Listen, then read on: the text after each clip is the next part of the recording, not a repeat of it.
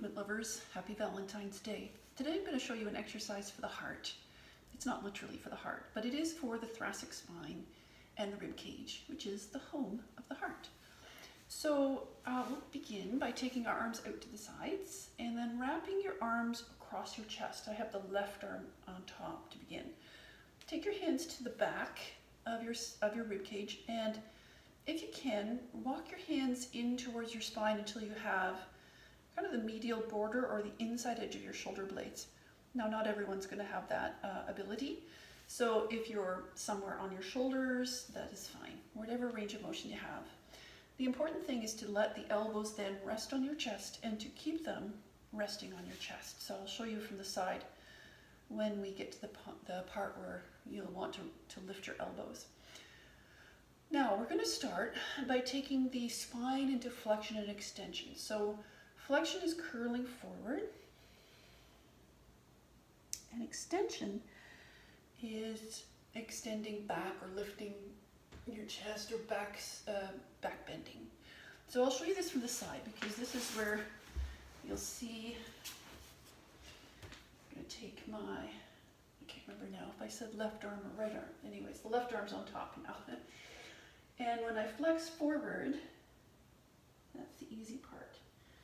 But when I lift my chest and bend backwards, the tendency is to want to lift the elbows off the spine because that gives you the illusion that you're moving your spine, but it's really just a movement of the shoulder. If I keep my arms resting on my chest, then to get my elbows higher, I have to back bend my spine.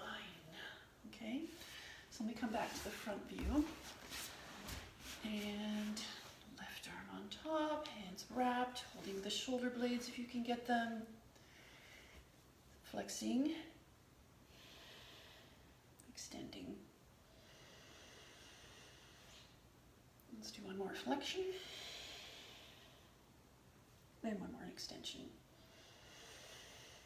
You can let your head go into the flexion and extension as well. Or you can keep your head, kind of your head and neck in the alignment of the rest of your thoracic spine, so you're not extending your neck excessively, whatever's comfortable. Now, that might be all you want to do, and you can do that in whatever range of motion you have. So for example, if you have, quite a stiff rib cage, this might be more what yours looks like. You don't have to do the range of motion that you're seeing on camera. Now, I'm going to do a combination of flexion, extension, and rotation. So that looks like this. Flexing forward, circling the elbows, as if I were drawing a circle in the air with my top elbow. So now I'm extending and side bending, extending, extending and side bending, flexing and side bending, flexing and side bending. So it's a combination of all the movements that your spine can do. But it's happening primarily in the rib cage, which is typically a little more inflexible in most people. So I'm going to reverse that circle now. And a lot of times, our ribs are not moving, which is going to affect our breathing mechanics. And I'll do one with the head involved. All right. So that was, I can't remember, 2 or 3 in each direction.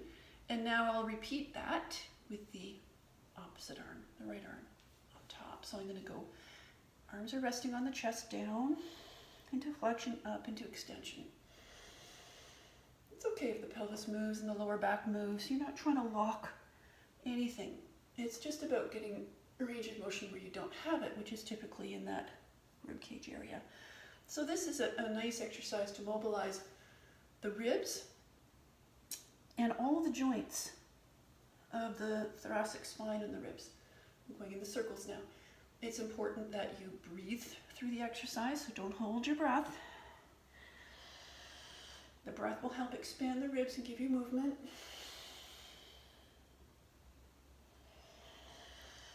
And holding the breath would only create stiffness and pressure that we don't want there. So let's reverse that.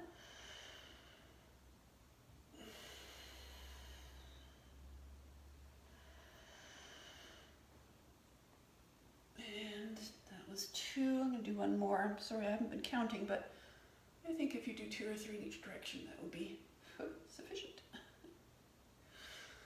So there you go. I hope you love that exercise.